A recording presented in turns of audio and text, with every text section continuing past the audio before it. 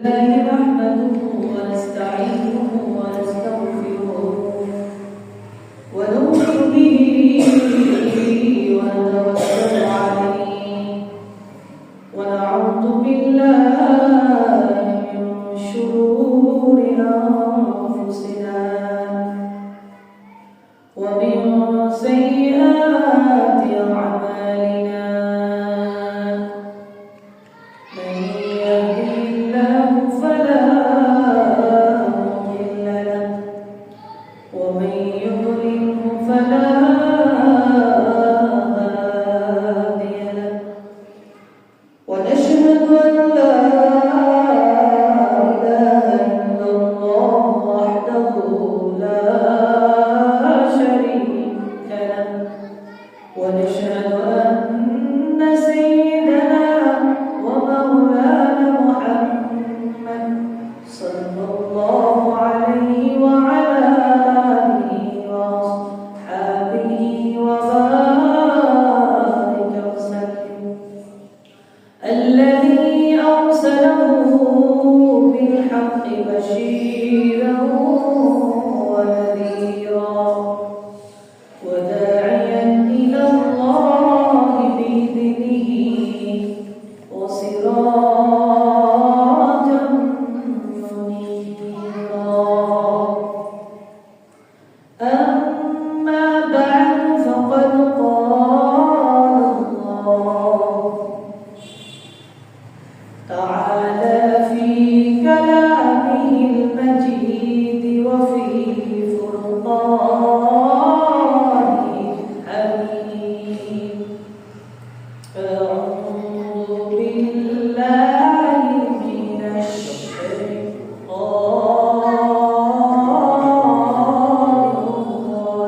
الرجيم بسم الله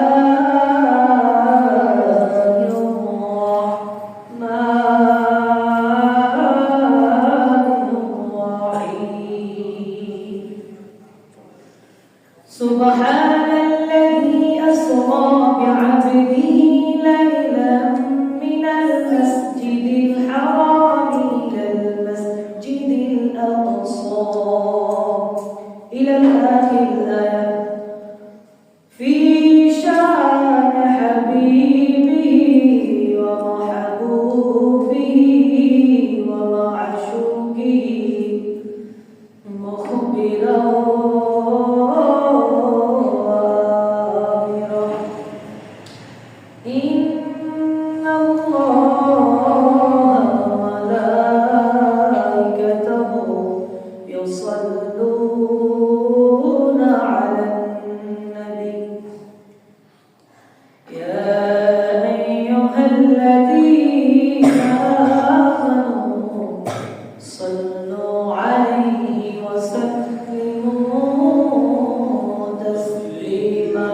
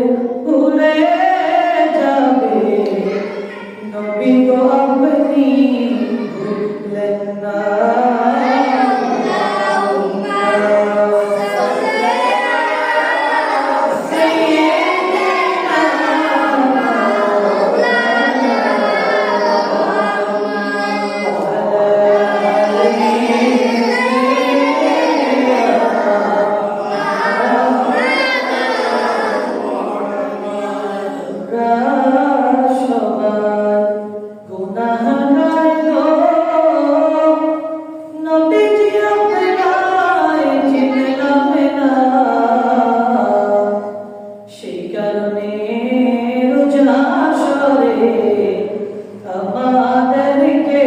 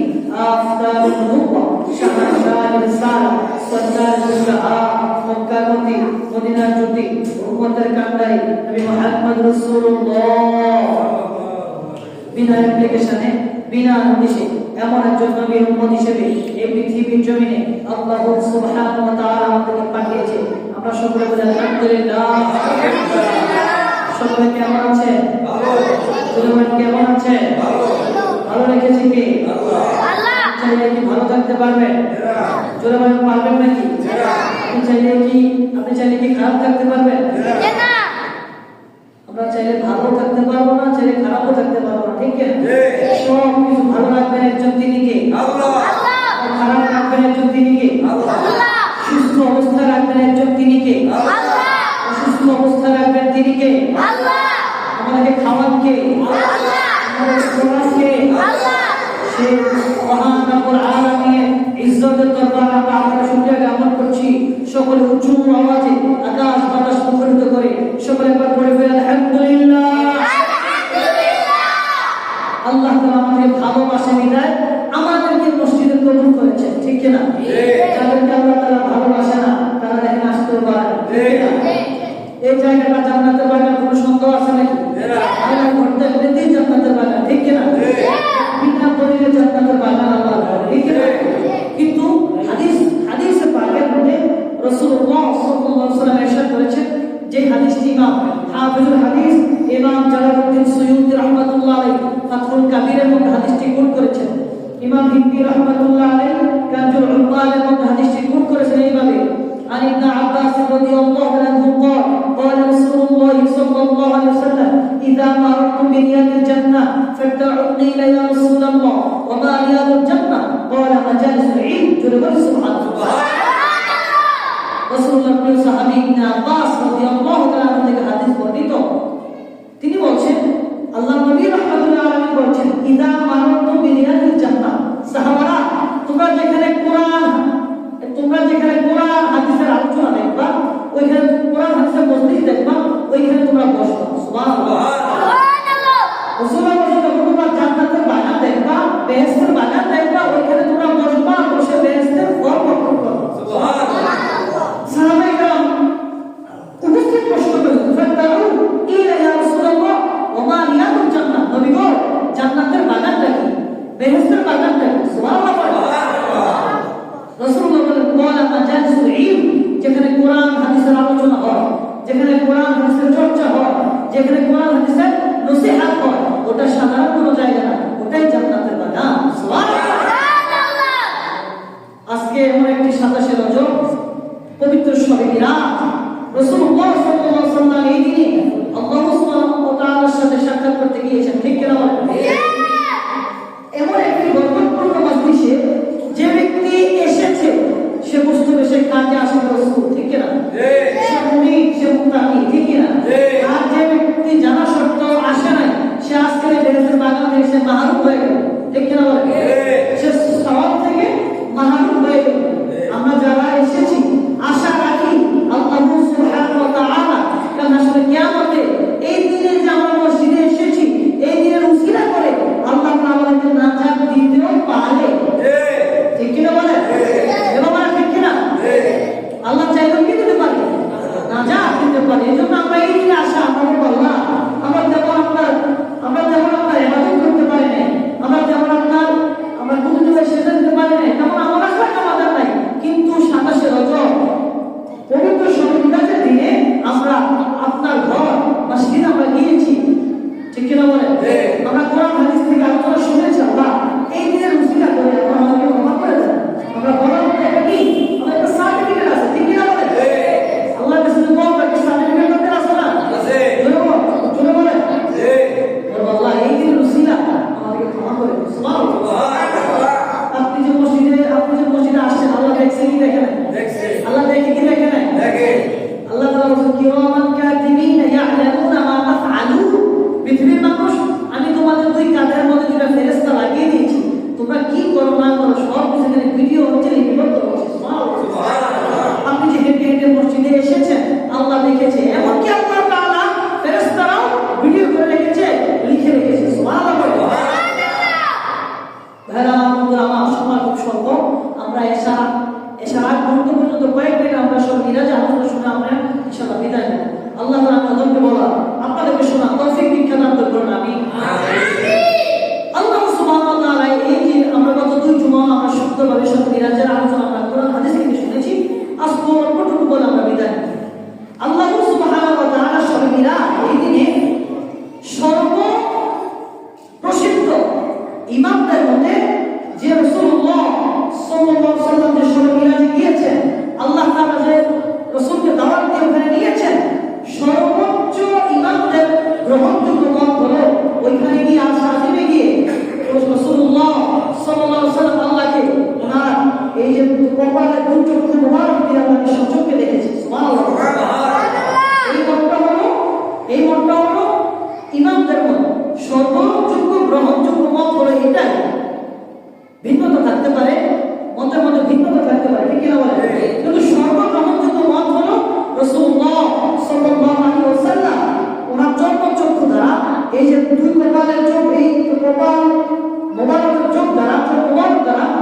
দেখেছে। সুবহানাল্লাহ। আল্লাহ রাব্বুল আলামিন আমার হাবিবকে দাওয়াত দিয়েছে, দাওয়াত দিয়ে যদি সাক্ষাৎ না করে তাহলে এটা কেমন দেখায়? ঠিক না? আপনি আপনার বাসায় আপনি ইমাম সাহেব খতিব সাহেবকে দাওয়াত দিলেন বা এখানে এমপি মন্ত্রীকে দাওয়াত দিয়ে আপনি যে লুকিয়ে রইলেন, এটাকে দাওয়াত হলো, এটা কেমন? আপনার মঞ্চে দিলেন, ঠিক না?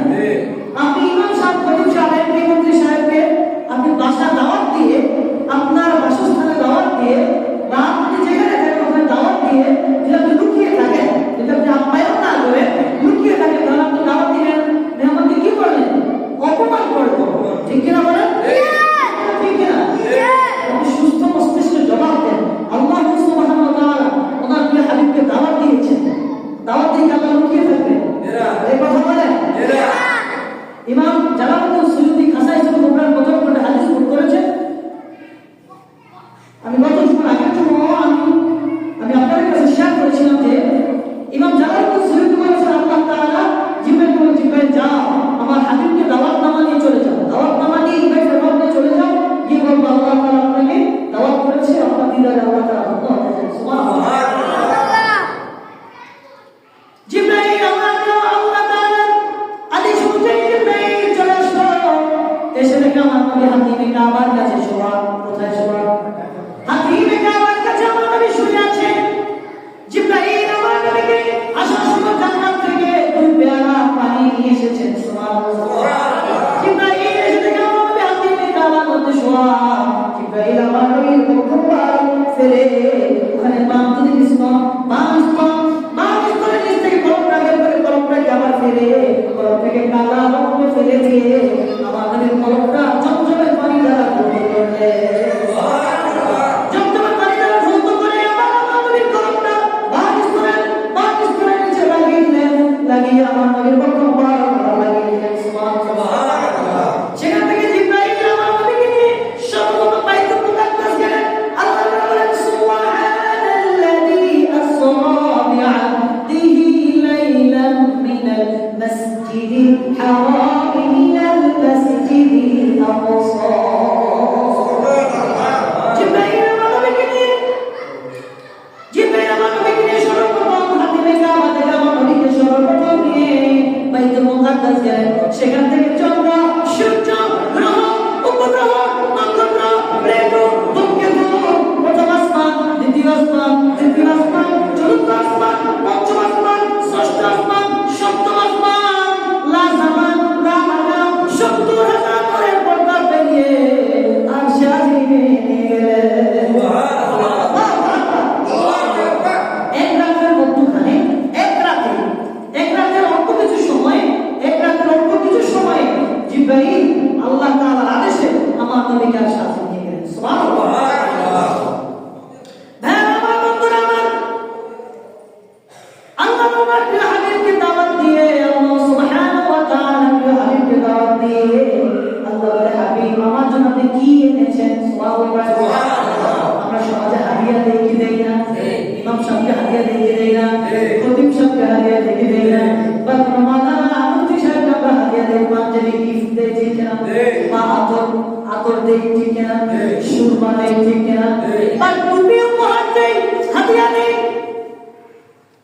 আল্লাহ বলে, হাবিব আপনি আমার জন্য কি এনেছেন? সুবহানাল্লাহ গো, আমার জীবন মরণ, আমার কুরবানি সব কিছু আমি রাসূল আল্লাহর জন্য কুরবানি করে দিলাম। কুল ইন্না সালাতি ওয়া নুসুকি ওয়া মাহইয়ায়া ওয়া মামাতি লিল্লাহি রাব্বিল আলামিন। হাবিব আপনি জানেন আমার নামাজ, আমার কুরবানি, আমার জীবন, আমার মরণ সব কিছু একমাত্র আল্লাহ সুবহানাহু ওয়া তাআলার জন্য। সুবহানাল্লাহ।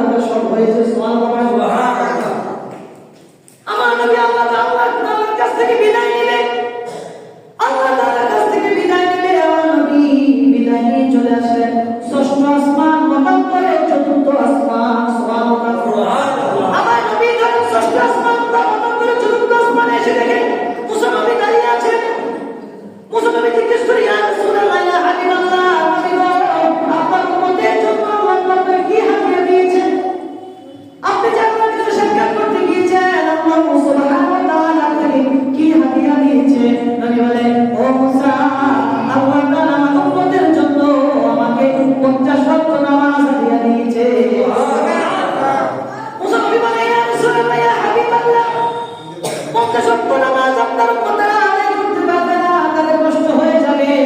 তারা এক ওয়াক্ত নামাজ পড়ে মসজিদ থেকে বের হলে আরেক ওয়াক্তের সময় হয়ে যাবে, আরেক ওয়াক্ত পরে মসজিদ থেকে বের হলে আরেক ওয়াক্তের সময় হয়ে যাবে। আল্লাহু আকবার। নবী গো, আপনার উম্মতেরা নামাজ পড়তে পারবে না, তারা সময় পাবে না। আপনি যান যান যান, আমার আল্লাহর কাছে চলে যান। এবার ইয়া আল্লাহ, ও আল্লাহ, আপনি যে নামাজ দিয়েছেন এত শক্ত নামাজ, আমার উম্মতেরা নামাজ পড়তে পারবে না। তারা যোহর পরে বের হলে মসজিদ থেকে বের হতে দেরি, আসরের সময় হয়ে যাবে। আসর পড়তে আসর পরে বের হলে মাগরিবের সময় হয়ে যাবে। মাগরিব পরে বের হলে এশার সময় হয়ে যাবে। এশা পরে বের হলে ফজরের সময় হয়ে যাবে। আল্লাহ গো, এই 50 ওয়াক্ত নামাজ আমার উম্মতে পড়তে পারবে না, ওই সময় পাবে না। আল্লাহ তাআলার কাছে গিয়ে যখন রাসূলুল্লাহ সাল্লাল্লাহু আলাইহি ওয়াসাল্লাম এই কথা বললেন, আল্লাহ বলে রাসূল এখন কি করা যায়? রাসূল বলে আপনি কমায় দেন। আল্লাহ তাআলা 5 ওয়াক্ত কমায় দিলেন। চলে করেন কত ওয়াক্ত?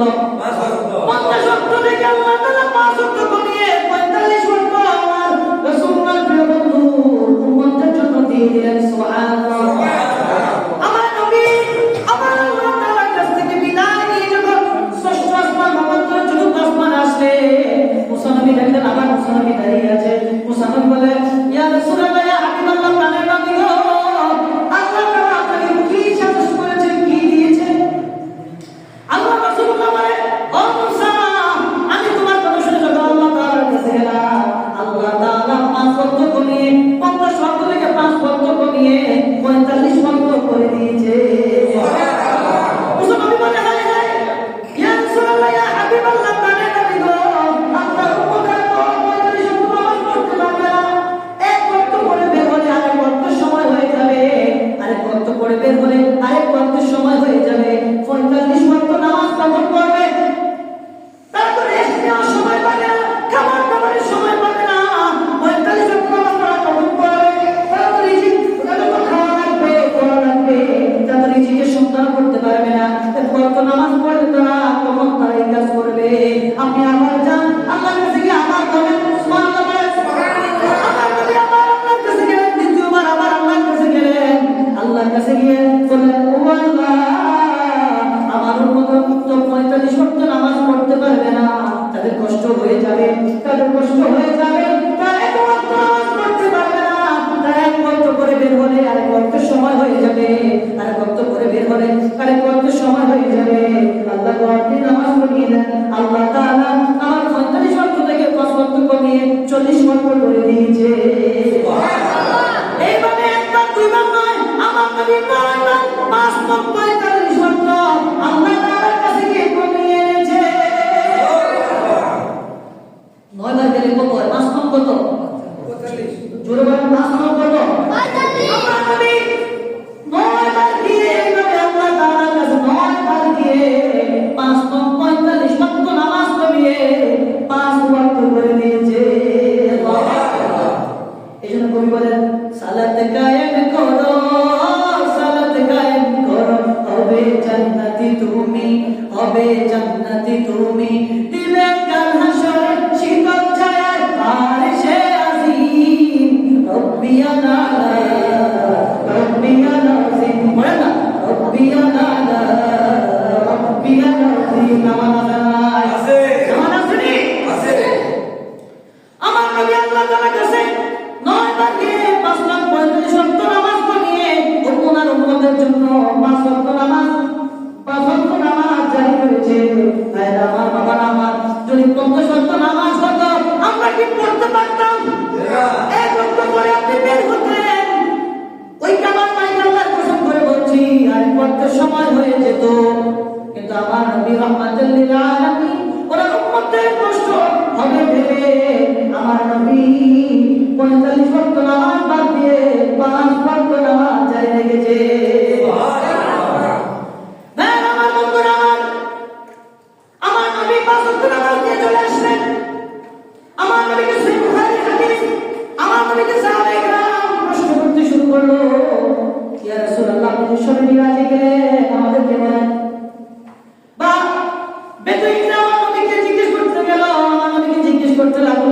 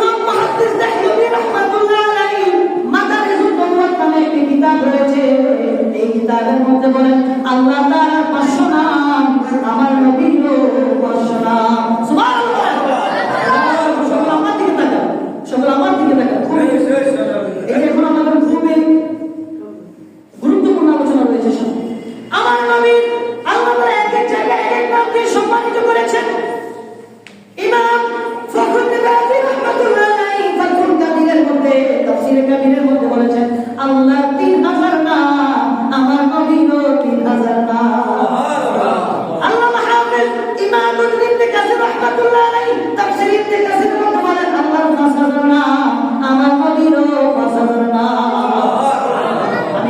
আমি বরকতার কয়েক জায়গার নাম, আমার নবীর কোথায় কি নাম, বরকতার কয়েকটা নাম বলে দিল। সুবহানাল্লাহ। আমার বন্ধুরা, আমার আকাশের ভিতরে মুহাম্মদ, জমিনের ভিতরে মুহাম্মদ সাল্লাল্লাহু আলাইহি ওয়াসাল্লাম। যখন নবীর নাম আসবে কি বলতে হবে? সাল্লাল্লাহু। আমি যখন বলবো মুহাম্মদুর রাসূলুল্লাহ, আপনারা কি বলবেন? সাল্লাল্লাহু। পড়তে শুরু করবেন সাল্লাল্লাহু আলাইহি ওয়াসাল্লাম। আমার নবীর আকাশের ভিতরে মুহাম্মদ, জমিনের ভিতরে মুহাম্মদ সাল্লাল্লাহু আলাইহি ওয়াসাল্লাম। ইনজিল কিতাবের ভাষায়, ইব্রাহিম ভাষায় আমার নবীর নাম বারেকলে, তাওরাত কিতাবের ভাষায় আমার নবীর নাম মেজমে, জাবুর কিতাবের ভাষায় আমার নবীর নাম তরবিতর। আকাশের ভিতরে আহমদ, জমিনের ভিতরে মুহাম্মদ সাল্লাল্লাহু আলাইহি ওয়াসাল্লাম।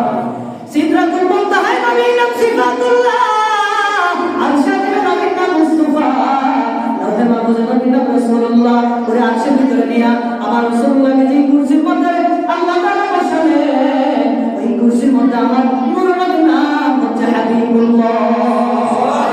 আকাশের ভিতরে আহমদ, জমিনের ভিতরে মুহাম্মদ সাল্লাল্লাহু আলাইহি ওয়াসাল্লাম। আল্লাহু আকবার।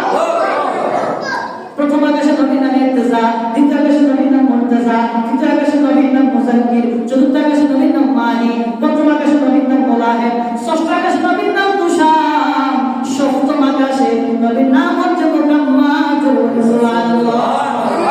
আকাশের ভিতরে আহমদ, জমিনের ভিতরে মুহাম্মদ সাল্লাল্লাহু আলাইহি ওয়াসাল্লাম। হাসরের ময়দানে আমার নবীর নাম প্রথম জমিনে, আমার নবীর নাম প্রথম জমিনের নাম, প্রথম জমিনের নবীর নাম শাফিউল উম্মাহ, দ্বিতীয় জমিনের নবীর নাম খায়রুল উম্মাহ, তৃতীয় জমিনের নবীর নাম শাফিউল কোরআন, চতুর্থ জমিনের নবীর নাম খায়রুল কোরআন, পঞ্চম জমিনের নবীর নাম ইস্তেমা, ষষ্ঠ জমিনের নবীর নাম মুস্তাফা, সপ্তম জমিনে আমার নবীর নাম হচ্ছে মুর্তাজা। সুবহানাল্লাহ। আল্লাহু আকবার। আকাশের ভিতরে আহমদ, জমিনের ভিতরে মুহাম্মদ সাল্লাল্লাহু আলাইহি ওয়াসাল্লাম। নবী শান আছে। শান কুরআন মুহাদ্দিস দেহলভী রাহমাতুল্লাহ আলাইহি বলেন, আল্লাহ তাআলা হাবিবকে এক এক জায়গায় এক এক নাম দিয়ে সম্মানিত করেছেন। সুবহানাল্লাহ। এজন্য আল্লাহ তাআলা পবিত্র কোরআনে বলেছেন, ওয়া রাফা'না লাকা যিকরাক হাবিব, আমি আল্লাহ তাআলা তার সম্মান, আপনার জিকির বুলন্দ করেছি। সুবহানাল্লাহ। সুবহানাল্লাহ। আল্লাহ চার কিতাবের ভাষায় তাওরাত, জাবুর, ইনজিল আর কোরআন। আমার নবীর নাম কোরআনের মধ্যে এসেছে, ইয়া আইয়ুহান নাবিয়্যু, ইয়া আইয়ুহান মুসাফির, ইয়া আইয়ুহান মুদাফফির। জোরে বলেন সুবহানাল্লাহ। হ্যাঁ আমার বন্ধুরা, আমার নবীর নাম, আমার হাসরের ময়দানে আমার নবীর নাম হচ্ছে হাসর। জোরে কি? হাসর কাল, হাসরের ময়দানে আমার নবীর নাম হচ্ছে হাসর। হাসর শব্দটা জমা হওয়া ওয়ালা। জোরে কি বলবো? আজকে আপনারা সকলে আসছেন না? লাইলাতুল মিরাজের সবাই একসাথে হয়েছেন না? এইভাবে আসলে কিয়ামত আমার নবীর নাম হলো হাসর। হাসর শব্দের অর্থ হলো জমা হওয়া। আসলে কিয়ামতের দিন আমার নবীর মাধ্যমে সকলকে একত্রিত করা হবে। এই জন্য নবীর নাম হাসর, কিয়ামতে হচ্ছে হাসর। সুবহানাল্লাহ। আমার অর্থ হলো জমা হওয়া। জাহান্নামের মধ্যে আমার নবীর নাম হচ্ছে দাঈ। দাঈ শব্দের অর্থ হলো নাজাতকারী। আল্লাহু আকবার। দাঈ শব্দের অর্থ কি? নাজাতকারী। দাঈ। জাহান্নামের মধ্যে আমার নবীর নাম হচ্ছে দাঈ। দাঈ শব্দের বাংলা অর্থ হলো নাজাতকারী। কাল হাসরের কিয়ামতের দিন একদল ফেরেশতা আমার নবীর উম্মতদেরকে, একদল ফেরেশতা আমার নবীর একদল উম্মতদেরকে জাহান্নামের দিকে নিয়ে যাবে। আরেকদল ফেরেশতা এসে বলবে, ইয়া রাসূলুল্লাহ, ইয়া হাবিবাল্লাহ, বলেন নবী গো, আপনার একদল উম্মতদেরকে গ্রেফতার করে ফেরেশতারা জাহান্নামের দিকে নিয়ে যাচ্ছে। হ্যাঁ আমার বন্ধুরা, আমার বাচ্চাওয়ালা মুরগির বাচ্চা যখন চিল্লা কাঠ নিয়ে যায়, মা তখন কি করে? মা কি করে? বাচ্চা তখন কি করে? কিনা বলে মা বাবার জন্য পাগল পারা হয়ে যায়। তার চাইতে আরো বেশি যখন আমার নবী শুনবে ওনার উম্মতদের গুনাহগার উম্মতদেরকে ফেরেশতারা গ্রেফতার করে জাহান্নামে নিয়ে যাচ্ছে, আমার নবী পাগল পারা হয়ে জাহান্নামের দিকে ছুটবে। সুবহানাল্লাহ। বড় ফির আব্দুল কাদের জিলানী রাহমাতুল্লাহ আলাইহি বলেন যে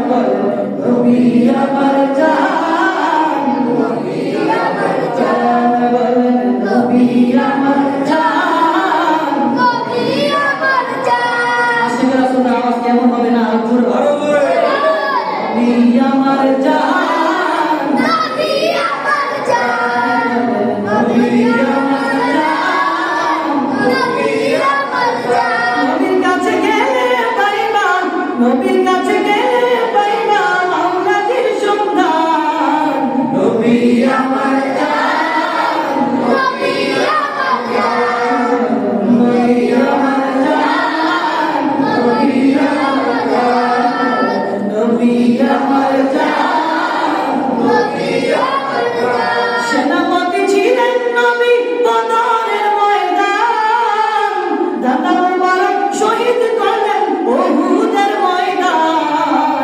নবী আমার জান, নবী আমার জান, নবী আমার জান, নবী আমার জান, নবী আমার জান, নবী আমার জান। নবীর কাছে গেলে পাইবা, ওগো নবীর কাছে গেলে পাইবা মাওলাজির সন্ধান।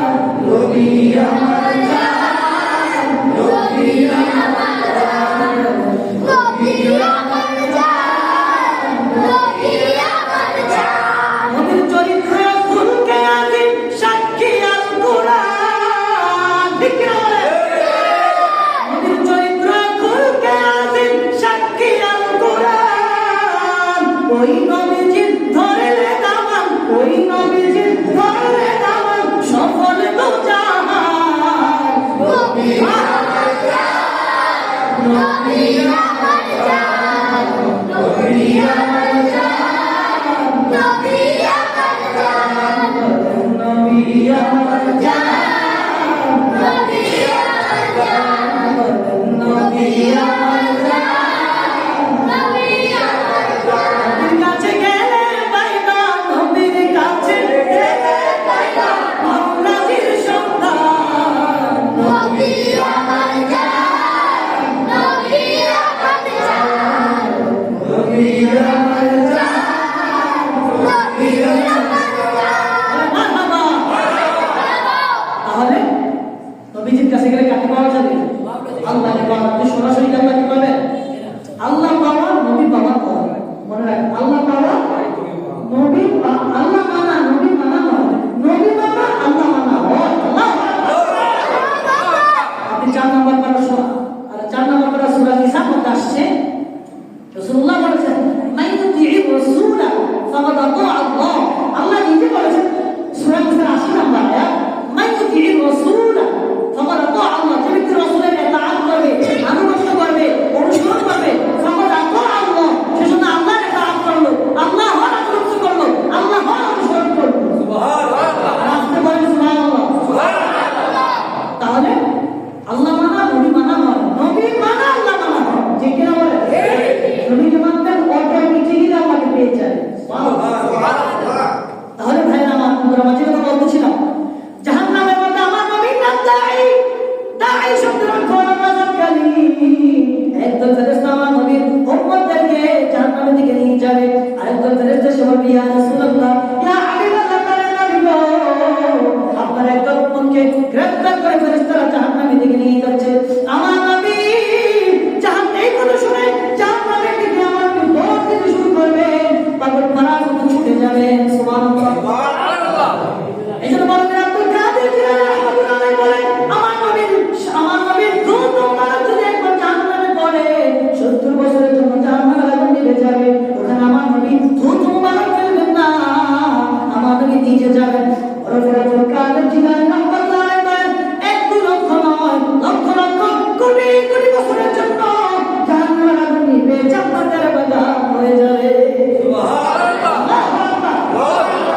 সেখানে গিয়ে আমার নবী আব্দুল্লাহ, আল্লাহ কর, আব্দুল্লাহ কি আল্লাহ কর, নামাজ রোজা জীবনের পর হয়। ঠিক না?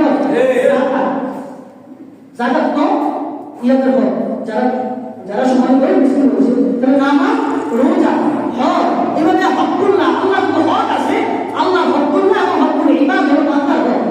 বান্দার হক আপনি একটা, মানে একটা জিনিস আপনি বান্দা থেকে এনেছেন,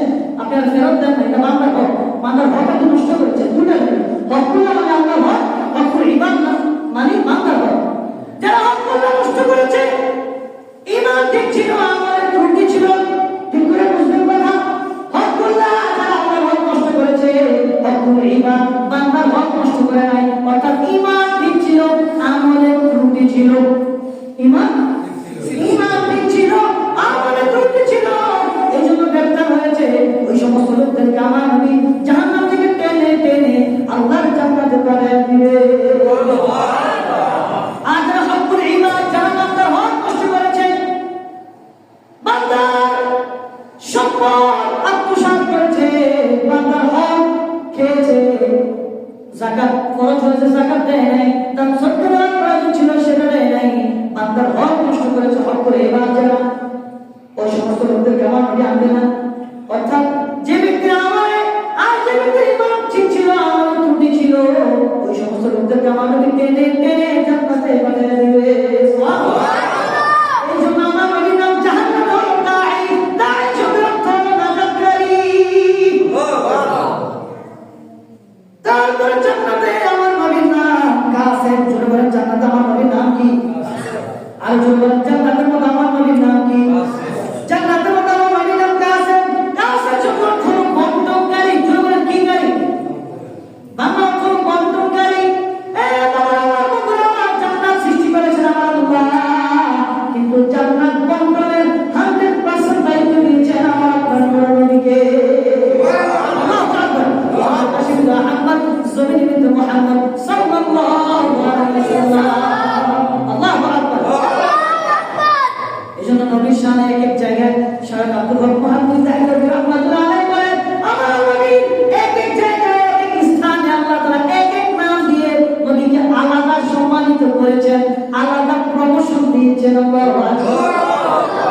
তাহলে কি বোঝা যায়? আমার নবীর শান আছে না নাই? আছে। কম না বেশি? বেশি। বলেন কম না বেশি? বেশি। সাত আসমান আমার নবীর সাতটা নাম, সাত জমিন আমার নবীর সাতটা নাম। জান্নাতে আমার নবীর নাম কাসেম, জাহান্নামে আমার নবীর নাম দাঈ। ঠিক কিনা বলেন? তারপর তাওরাত, জাবুর, ইনজিল, কোরআন, চারটা প্রসিদ্ধ কিতাবের মধ্যে আমার নবীর নাম চমৎকার নাম আল্লাহ তাআলা দিয়েছে। সুবহানাল্লাহ। সুবহানাল্লাহ। এইজন্য আল্লাহ তাআলা আমাদের এক এক জায়গায় এক নাম দিয়ে আলাদা আমার নবীকে সম্মানিত করেছেন। সুবহানাল্লাহ। সুবহানাল্লাহ। আজকে মূল পয়েন্ট যেটা, সেটা হলো নামাজ এসেছে কোন জায়গা থেকে? জোরে বলেন। যখন আমার নবী আল্লাহর সাথে দেখা করতে গিয়েছে, সাক্ষাৎ করতে গিয়েছে, আশা দিক থেকে আল্লাহ নামাজ ঘোষণা করেছে, আশা দিন ঠিক না বলেন? এজন্য সেই নামাজ কি ছাড়া যাবে? নামাজ কি ছাড়বো না ধরবো? জোরে বলেন ছাড়বো না ধরবো? নামাজের প্রতি অবহেলিত, বেপরোয়া, ঠিক না বলেন? যখন যায় প্রতি দিয়ে বলা যায় না, আসর যায় এটা বলা ঠিক না, মাগরিব যায় অবহেলা, ঠিক কিনা? এভাবে একের পরে আমাদের কাছ থেকে ফরজ নামাজগুলো চলে যাচ্ছে। ফরজ নামাজটা বাধ্যতামূলক করতেই হবে।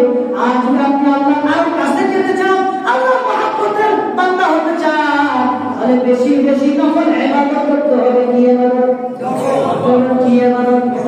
নফল ইবাদত করতে হবে বেশি বেশি। ঠিক কিনা বলেন? 2 মিনিটের মতো আমরা ছেড়ে দেব ইনশাআল্লাহ। ভাই আমার বন্ধুরা, আমার জন্য নামাজ আল্লাহ বলেন ইন্নাস সালাতা তানহা আনিল ফাহশাই ওয়াল মুনকার। নিশ্চয় নামাজ অশ্লীল খারাপ কাজ থেকে মানুষকে দূরে সরিয়ে রাখে। আল্লাহু আকবার। এই নামাজ আছে না? জোর আছে না? আছে।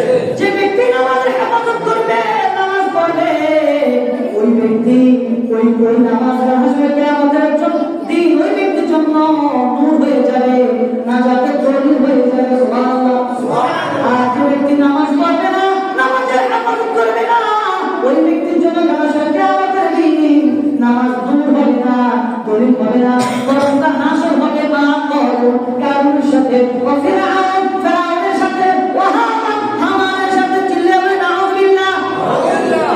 ফিরআউন কি ভালো লোক? হামান কি ভালো লোক? জোরে বলেন। তাহলে আমরা কি চাই আমাদের হাসর হবে মুত্তাকিদের সাথে, নবীদের সাথে, সিদ্দিকদের সাথে?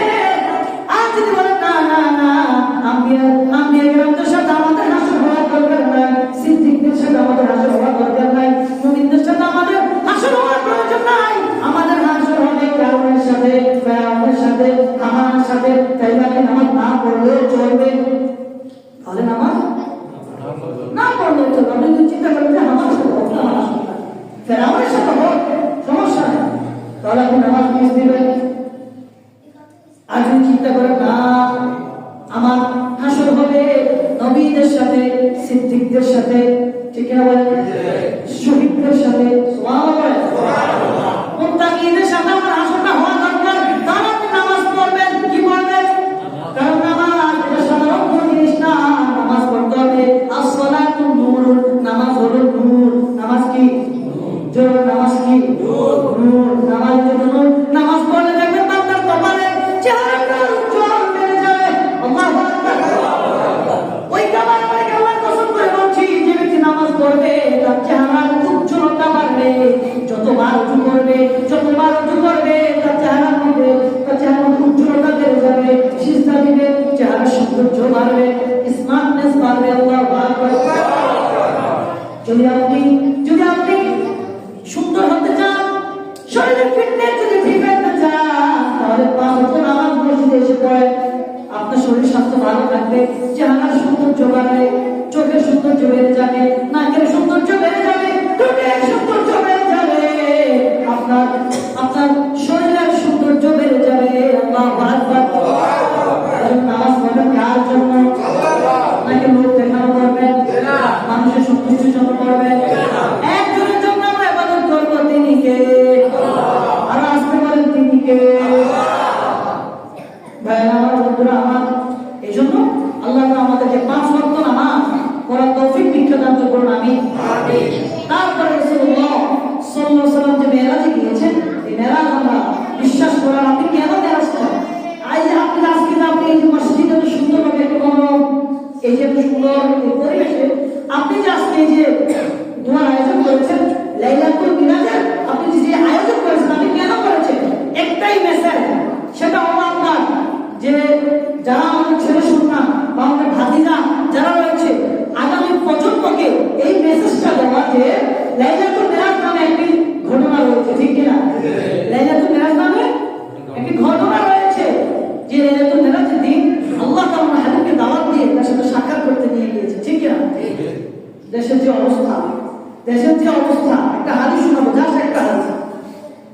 হাদিসটা আসছে সহিহ বুখারী। জোরে বলেন, হাদিসটা আসছে কোথায়? জোরে বলেন। ইমাম হাকিম নিসাবুর রাহমাতুল্লাহ আলাইহি মুস্তাদরাক হাকিমের মতো হাদিসটা আছে এইভাবে। হাদিস ওয়াকাল রাসূলুল্লাহ সাল্লাল্লাহু আলাইহি ওয়াসাল্লাম লা ইয়ামশিয়ান্না উম্মতি মিন বা'দি ফিতানুন কাকিতা'il লাইলিল মুজলিমি ইউসবিহু ar-rajulu fiha মুমিনা ওয়া ইউমসি কাফিরা ওয়া ইউমসি মুমিনা ওয়া ইউসবিহু কাফিরা ইয়াবি'ু aqwamun দীনাহুম বি'aradin min ad-dunya qalil। Rahul হাকিম।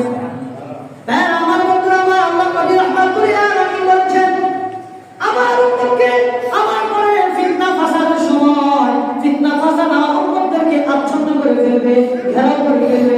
ফিতনা ফাসাদ সমাজে আসা না, এটা জায়েজ, ওটা না জায়েজ, এটা বেদাত, ওটা বেদাত, ওটা সমাজে আসা নাই। আমাদের জন্য অনেক জিনিস ফিতনা। রাসূল বলে, যখন ফিতনা ফাসাদের সময় আমার উম্মতদেরকে ফিতনা ফাসাদ আচ্ছন্ন করে ফেলবে, ঘেরাও করে ফেলবে, তখন কি হবে শুনেন। আমার নবী বললেন, এক সময় একজন ব্যক্তি ভোরে উঠবে ইমানদার হয়ে। ভোরে উঠবে কি হয়ে? ভোরে উঠবে ইমানদার হয়ে। ভোরে উঠবে ইমানদার হয়ে। উঠবে রুজু ফিহা মুমিনা। ভোরে উঠবে মুমিন হয়ে। উসি কাফিরা, আর তার সন্ধ্যা হবে কাফের অবস্থা। নাউযুবিল্লাহ। ভোরে উঠবে ইমানদার হয়ে, মুত্তাকি হয়ে, অথচ সন্ধ্যা হবে কি হয়ে? কাফের অবস্থা। কাছে কাফের হয়ে গেছে। তারপরে রাসূল বলেন, ওয়ায়ুসি মুমিনা, আমার আরেকজন ব্যক্তি ভোরবেলা উঠবে ইমানদার হয়ে। জোরে বলেন, ভোরবেলা কি হয়ে উঠবে? ভোরবেলা ইমানদার হয়ে উঠবে, সন্ধ্যা হবে তার কাফের অবস্থায়। কারণ ফিতনা ফাসাদ এমন ভাবে ছড়িয়ে পড়বে যে কোনো মুহূর্তে তার ঈমান চলে যাবে। এবং হাকিম নিসাবুর মুস্তাদরাক হাকিমের মধ্যে হাদিস এনেছে। প্রথমটা হলো, এক ব্যক্তি উঠবে ফিতনা ফাসাদের সময়, ভোরে উঠবে ইমানদার হয়ে, তার সন্ধ্যা হবে কাফের অবস্থা।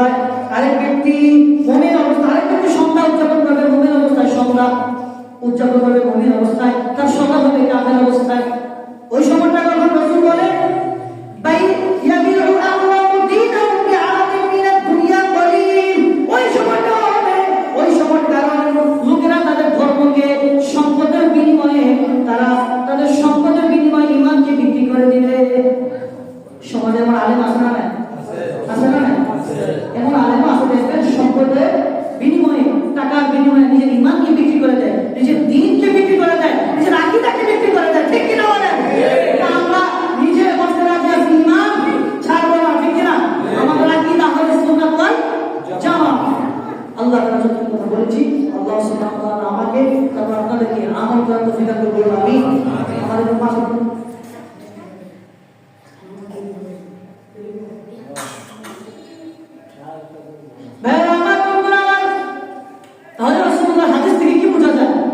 আপনি সকাল আপনার ভোরবেলা উঠবেন ইমানদার হয়ে, ভোরবেলা উঠবেন ইমানদার হয়ে, সকাল হবে কাজের অবস্থায়। আমার আপনার সন্ধ্যা হবে মুমিন হয়ে, সন্ধ্যা হবে আপনার মুমিন অবস্থায়, সকাল উদযাপন করবেন কাজের অবস্থায়। রাসূলুল্লাহ বলে যখন ফিতনা ফাসাদ চারিদিকে ছড়িয়ে যাবে, ফিতনা ফাসাদের জামানায় চারিদিকে যখন ছড়িয়ে যাবে, তখন তারা ইমানটা টিকিয়ে রাখতে, ইমানটা টিকিয়ে রাখতে তাদের কষ্ট হয়ে যাবে। এই জন্য তারা এই অবস্থায় তারা মুমিন অবস্থায় উঠবে, কাজে হয়ে যাবে। আবার মুমিন অবস্থায় উঠবে, কাজে হয়ে যাবে। তাহলে এই সময়টা আল্লাহ সুবহানাহু ওয়া তাআলা আমাদেরকে ইখলাসের নিয়তে ইহদিনাস সিরাতাল মুস্তাকিমের পথে অটল থাকার তৌফিক দান করুন। আমিন। আরেকটা হাদিস শুনাই। হাদিসটি এসেছে এইভাবে, وقال رسول الله صلى الله عليه وسلم يأتي على الناس زمان الصابر فيهم على دينه كالقبيض على الخمر رواه الترمذي। ইমাম আবু ঈসা তিরমিজি রাহমাতুল্লাহ আলাইহি সুনান তিরমিজির দ্বিতীয় খণ্ডের হাদিস। ইমাম আবু ঈসা তিরমিজি রাহমাতুল্লাহ আলাইহি সুনান তিরমিজির মধ্যে হাদিস উল্লেখ করেছেন, রাসূলুল্লাহ এরশাদ করেছেন, মানুষের নিকট এমন একটা জামানা আসবে। কি আসবে? জামানা। এমন একটা সময় আসবে, জামানা আসবে যখন তাদের মাঝে ধর্মের উপর ধৈর্য ধারণকারী এমন কঠিন হবে, যেমন কঠিন হবে হাতের মধ্যে আগুনের কয়লা লাগার মতো। আগুন এমন একটা জামানা আসবে, আপনার হাতের মুঠোর মধ্যে আগুনের কয়লা রাখতে যেমন কষ্ট হবে, তেমনি ভাবে আপনার ঈমানটা টিকে রাখতে কষ্ট হবে। এমন একটা জামানা সময় সম্ভবত হয়ে গিয়ে আসবে, হয়তো এমন একটা জামানা আসবে। আর হাদিসে শুনলাম সম্পদের বিনিময়ে, টাকার বিনিময়ে তাদের ঈমানটা বিক্রি করে দেয়। কথা বলে ঠিক কিনা? সমাজের মধ্যে এমন মানুষ আছে না নাই? সম্পদের বিনিময়ে দেখা যায় মিথ্যা কথা বলে। ঠিক কিনা? জোরে বলেন আছে না নাই? আবার দেখা যায় নামাজ না পড়ে বলে নামাজ পড়েছি। ঠিক কিনা? ওযু না পড়ে বলে কি ওযু করেছি, এমন মানুষ আছে না নাই? পাক পবিত্র অবস্থা নাই, বলে আমার পাক পবিত্র ঠিক আছে, আছে না নাই? আছে। জোরে বলেন আছে না নাই? এইজন্য এমন একটা ফিতনা ফাসাদের সময় আসবে, আমাদের ঈমান টিকিয়ে রাখতে, আমাদের আকীদা টিকিয়ে রাখতে আমাদের কষ্ট হয়ে যাবে। ইহদিনাস সিরাতাল মুস্তাকিমের পথে অটল থাকতে আমাদের কষ্ট হয়ে যাবে। একটু জিকির করেন আল্লাহ আল্লাহ আল্লাহ।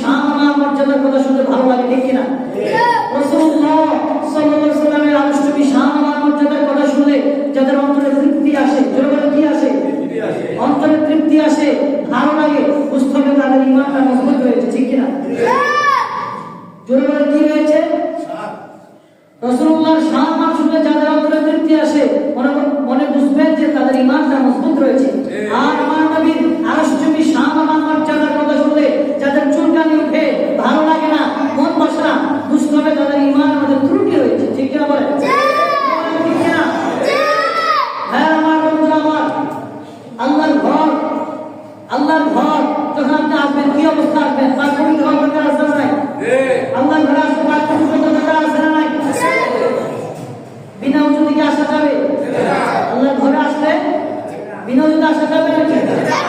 আপনি আসতে পারেন তবে আপনার সব হবে না, আপনার গুনাহ হতে পারে, ঠিক কিনা বলে? কারণ এটা পাক পবিত্র স্থান, ঠিক কিনা বলে? এটা পাক পবিত্র স্থান, এখানে আসলে আপনি পাক পবিত্র অবস্থা আসাটাই বেটার হবে, ভালো হবে, ঠিক কিনা?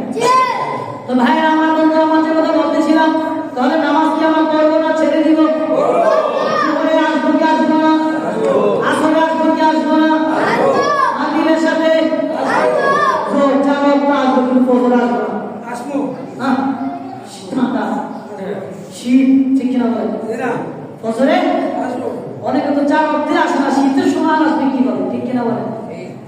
হ্যাঁ, যদি আপনি মাসরুম হন, আপনি যদি অসুস্থ হন, সেটা ভিন্ন ব্যাপার, সেটার জন্য ভিন্ন মাসালা, ঠিক কিনা বলে? আপনি সুস্থ সুঠাম দেহের যুবক ইয়াং, কিন্তু আপনি মসজিদে আসেন না, জোরে বলেন কোথায় আসেন না? মসজিদে আপনি আসেন না। এই জন্য যারা ইমানদার মুত্তাকি যারা, তারা ওয়েট করে, অপেক্ষা করে কখন আযান হবে, ঠিক কিনা বলে? তারা চিন্তা করে কখন জোহরের সময় হবে, জোহর পড়ে গেলে তারা চিন্তা করে মুয়াজ্জিন সাহেব কখন আসরে আযান দিবে, আসর পড়ে গেলে তারা চিন্তা করে কখন ইমাম মুয়াজ্জিন সাহেব কখন মাগরিবের আযান দিবে, মাগরিব পড়ে গেলে তারা চিন্তা করে কখন এশার আযান দিবে, ঠিক কিনা বলে? এটা হলো মুমিনের চিন্তা। কার চিন্তা? মুমিনের চিন্তা। আর আমাদের সমাজে কিছু মুসল্লি আছে সাপ্তাহিক মুসল্লি, সেটা বলে কি মুসল্লি? বললে কি কষ্ট পাবেন? সমাজে আছে কিছু সাপ্তাহিক মুসল্লি, সপ্তাহে একবার আসবে, জুমার দিন, আবার আছে কিছু 2-3 দিন পর পর একদিন আসে, ঠিক কিনা বলে? ঠিক কিনা বলে? ফরজ করে তো আসে না নাই? জোরে বলে আছে না নাই? ফরজ করতে হবে, ওয়াজিব আদায় করতে হবে, সুন্নাত আদায় করতে হবে, ঠিক কিনা? ফরজ ওয়াজিব সুন্নাতের পাশাপাশি নফল ইবাদতগুলো আদায় করতে হবে। আপনি মাগরিবের পরে 4 রাকাত তারাবি করতে পারেন, 2 রাকাত করতে, ঠিক কিনা বলেন? আপনি পরে কি করতে পারেন? নফল ইবাদত, নফল ইবাদত। ফরজ দিয়ে যখন আল্লাহর কাছে হয়ে যাবে বিষয়টা এমন না। ফরজ ওয়াজিব সুন্নাতের পাশাপাশি নফল ইবাদত করলে আল্লাহর কাছাকাছি যাওয়া যায়, আল্লাহর খালেস বান্দা হওয়া যায়। সুবহানাল্লাহ। এজন্য আল্লাহ ওয়া'বুদুল্লাহ, আমার বান্দারা আমার ইবাদত করো, ওয়ালা তুশরিকু বিহি শাইআ, আর আমার সাথে কাউকে শরীক করো না, আমার সাথে কাউকে অন্য জায়গায় মধ্যে আল্লাহ তাআলা বলছেন ওয়া'বুদুল্লাহ ওয়ালা তুশরিকু বিহি শাইআ। আল্লাহ বলছে তোমরা আমার সাথে আমার ইবাদত করবা, কিন্তু অশরিক করবা না। কোন গাছের নিচে সিজদা দিবা না, কোন মাজারে সিজদা দিবা না, কোন মানুষকে সিজদা দিবা না, কোন এমপি মন্ত্রীকে, কোন উপদেষ্টা সহ কাউকে সিজদা দেওয়া যাবে না। সিজদা মালিকের জন্য তিনিকে, আল্লাহ মালিক তিনিকে। আর নামাজ পড়বে সেটা কার জন্য? কার জন্য? ইসলামের 5টা খুঁটি জোরে বলে কয়টা? সহিহ মুসলিমের হাদিস বুনিয়াল ইসলাম আলা খামসিন, শাহাদাতি আল্লাহ, এক নম্বর স্তম্ভ শাহাদাতি আল্লাহ ইলাহা ইল্লাল্লাহ ওয়া আন্না মুহাম্মাদুর রাসূলুল্লাহ, ওয়া ইকামাস সালাত ওয়া ইতাইজ যাকাত ওয়াল হজ ওয়া সাওমি রমাদান। কয়টা? জোরে ইসলামের খুঁটি কয়টা? সহিহ মুসলিমের হাদিস, হাদিসে বুখারীতে এসেছে ইসলামের স্তম্ভ খুঁটি হলো 5টা। সর্বপ্রথম লা ইলাহা ইল্লাল্লাহ মুহাম্মাদুর রাসূলুল্লাহ, জোরে বলেন লা ইলাহা ইল্লাল্লাহ মুহাম্মাদুর রাসূলুল্লাহ। এক নম্বর হলো আল্লাহ তাআলাকে শাহাদাত করে লা ইলাহা ইল্লাল্লাহ, আল্লাহ তাআলাকে ভগবতী তোমার কোনো শরীক নাই, আর আন্না মুহাম্মাদুর রাসূলুল্লাহ, আর মুহাম্মদ রাসূলুল্লাহ সাল্লাল্লাহু আলাইহি ওয়াসাল্লাম আল্লাহ তাআলার রাসূল। সুবহানাল্লাহ। দ্বিতীয় স্তম্ভ ইকামাস সালাত, তোমরা নামাজ কায়েম করো, ওয়া ইতাইজ যাকাত, তোমরা যাকাত দাও, ওয়া সাওমি রমাদান ওয়াল হজ, তোমরা হজ করো। 10 নম্বর খুঁটি ও সাওমি রমাদান, তোমরা রমাদান মাসে রোজাগুলো রাখো। সুবহানাল্লাহ, আল্লাহু আকবার। তাহলে নামাজ এসেছে কোন জায়গা থেকে? আরে লাইলাতুল মিরাজ যখন আমার নবী গেলেন আল্লাহর কাছে সাক্ষাতে, ওই নামাজটা সেখান থেকে এসেছে, ঠিক কিনা বলেন? আপনি যদি নামাজ পড়ে বলেন না বলবো জানাতে দেওয়া যাবে, চলবে, সমস্যা নাই, মানা যাবে এই জিনিসটা, বুঝতে তো আপনার ইমানের মধ্যে ত্রুটি আছে, আপনার আকীদার মধ্যে সমস্যা আছে, ঠিক কিনা বলেন? মুমিন কখনো নামাজ নিয়ে দিতে পারে। ইসলামের দ্বিতীয় যে খুঁটিটা, যে স্তম্ভটা, ওটা হলো নামাজ। কি? নামাজ। নামাজ কায়েম করো, নামাজ